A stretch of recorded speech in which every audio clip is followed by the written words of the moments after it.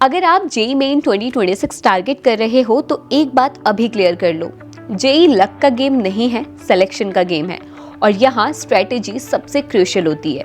हर साल पेपर का पैटर्न थोड़ा ट्विस्ट होता है, क्वेश्चंस नए लगते हैं लेकिन चैप्टर्स वही रिपीट होते हैं।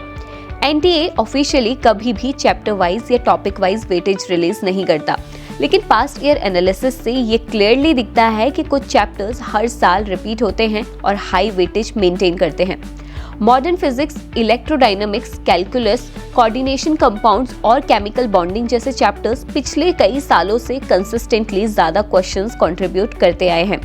इस वीडियो में हम बिल्कुल क्लियर बात करेंगे फिजिक्स, केमिस्ट्री और मैथ्स में कौन से चैप्टर्स से मैक्सिमम क्वेश्चंस आते हैं, कौन से चैप्टर्स स्किप करना डेंजर है और अगर टाइम कम है तो स्मार्ट सिलेक्शन कैसे करें।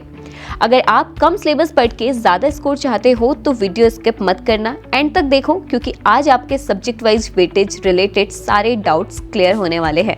Physics chapter wise weightage.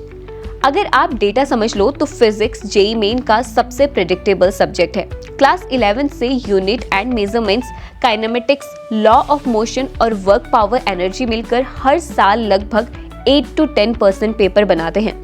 ये फाउंडेशन चैप्टर्स हैं और इनके कॉन्सेप्ट्स बाकी चैप्टर में भी यूज होते हैं।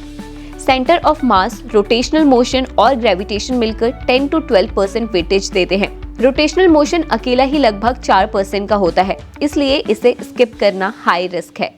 थर्मोडायनामिक्स, काइनेटिक थ्योरी, ऑसिलेशन और वेव से 10 to 12% क्वेश्चंस आते हैं जो कि कॉन्सेप्चुअल और फॉर्मूला बेस्ड होते हैं। क्लास 12th में सबसे हैवी सिलेक्शन है electrodynamics. Current, electricity, capacitance, EMI और एसी मिलकर लगभग 22 to 25% फिजिक्स पेपर कवर कर देते हैं। करंट इलेक्ट्रिसिटी अकेले ही 6.5% का होता है। ऑप्टिक्स से 7 to 8% क्वेश्चंस आते हैं, मोस्टली डायरेक्ट फॉर्मूला बेस्ड। और सबसे स्कोरिंग पार्ट मॉडर्न फिजिक्स। इसमें डुअल नेचर, एटम्स, न्यूक्लियाई और सेमीकंडक्टर्स से लगभग 14 to 15% पेपर आता है। ये सेक्शन फास्ट, एक्यूरेट और हाई रिटन होता है। फिजिक्स का सिंपल टेकवे है, मॉडर्न फिजिक्स, इलेक्ट्रोडायनामिक्स और बेसिक मैकेनिक्स मिलकर लगभग 55 से 60% फिजिक्स पेपर बनाते हैं।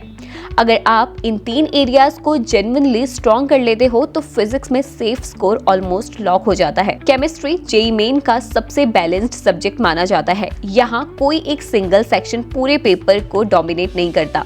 फिजिकल केमिस्ट्री में मूल concept, thermodynamics, equilibrium, electrochemistry, chemical kinetics और सॉल्यूशंस मिलकर लगभग 25 to 28% पेपर कवर करते हैं। यहाँ क्वेश्चंस ज्यादातर न्यूमेरिकल और फॉर्मूला बेस्ड होते हैं, जहाँ प्रैक्टिस का डायरेक्ट पे ऑफ मिलता है। इनऑर्गेनिक केमिस्ट्री में एक ही रूल चलता है, NCERT is king. Periodic table, chemical bonding, coordination compounds, S block, D block और पी ब्लॉक मिलकर लगभग 30 to 32% वेटेज देते हैं। केमिकल बॉन्डिंग और कोऑर्डिनेशन कंपाउंड से ऑलमोस्ट हर शिफ्ट में क्वेश्चंस देखने को मिलते हैं। ऑर्गेनिक केमिस्ट्री में जनरल ऑर्गेनिक केमिस्ट्री के साथ hydrocarbons, alcohols, phenols, ethers, aldehydes, ketones, carboxylic acid और एमिन्स मिलकर लगभग 25 to 28% पेपर बनाते हैं। अगर जनरल ऑर्गेनिक केमिस्ट्री स्ट्रॉन्ग है तो ऑर्गेनिक केमिस्ट्री का फ्लो ऑटोमेटिकली स्मूथ हो जाता है। केमिस्ट्री का सिंपल ट्रूथ ये है, तीनों पार्ट्स इक्वली इंपॉर्टेंट है। यहाँ सेलेक्टिव पढ़ाई काम नहीं करती, बैलेंस्ड प्रिपरेशन ही रियल गेम चेंजर है। Mathematics chapter wise weightage. Maths JEE main का सबसे टाइम कंज्यूमिंग सब्जेक्ट है, लेकिन वेटेज समझते ही गेम बदल जाता है। अलजेब्रा में quadric equations, complex numbers, sequence and series, binomial theorem और परम्यूटेशन कॉम्बिनेशन मिलकर लगभग 25 to 27% पेपर कवर करते हैं। Sequence and series almost her attempt में दिखता है। कोऑर्डिनेट ज्योमेट्री में स्ट्रेट लाइन, सर्कल और कॉनिक सेक्शन से लगभग 20 to 22% क्वेश्चंस आते हैं।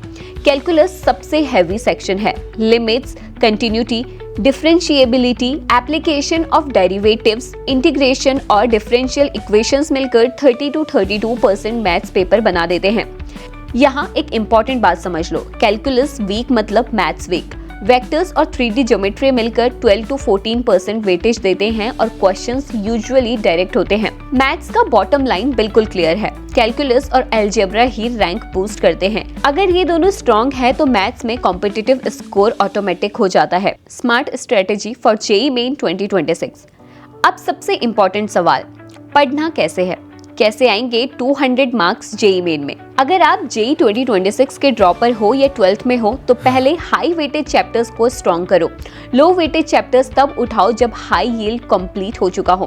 टारगेट बिल्कुल क्लियर होना चाहिए। फिजिक्स में मॉडर्न फिजिक्स और इलेक्ट्रोडायनेमिक्स बिल्कुल मिस नहीं होने चाहिए। केमिस्ट्री में NCERT inorganic line by line strong होनी चाहिए और मैथ्स में कैलकुलस और अलजेब्रा पर सॉलिड कंसिस्टेंट प्रैक्टिस होनी चाहिए। स्टूडेंट्स, अगर आप इन इम्पोर्टेंट वेटेज को अच्छे से कवर कर लेते हो तो आपके 45 to 50 क्वेश्चंस पक्के हो जाते हैं जो आपके 180 to 200 मार्क्स स्कोर कर सकते हैं और ये एक अच्छा स्कोर माना जाता है। याद रखिए, जेई मेन में 100% सिलेबस कंप्लीट करना जरूरी नहीं होता, लेकिन जो भी पढ़े एग्जाम ओरिएंटेड और हाई इम्पैक्ट अप्रोच के साथ पढ़ें। अगर आप इन हाई वेटेड चैप्टर्स पर ज़्यादा फोकस करोगे, कंसिस्टेंसी रखोगे और रेगुलर मॉक टेस्ट दोगे तो जेई मेन 2026 क्रैक करना बिल्कुल रियलिस्टिक गोल है। और हाँ, एक इम्पॉर्टेंट बात, वेटेज ईयर टू ईयर थोड़ा शिफ्ट होता है। क्वेश्चंस चैप्टर वाइज नहीं, कॉन्सेप्ट वाइज मिक्स होते हैं, इसलिए स्ट्रेटेजी बनाने के लिए वेटेज डेटा यूज करो, चैप्टर्स स्किप करने के लिए नहीं। वीडियो को सेव कर लो और हमें कमेंट्स में जरूर बताइए कि कौन से सब्जेक्ट में सबसे ज्यादा प्रॉब्लम आ रही है। वीडियो अच्छा लगा हो तो लाइक जरूर करें और प्ले स्टोर पर हमारा जेई प्रिपरेशन ऐप 2026 डाउनलोड करना ना भूलें। Link is in the description.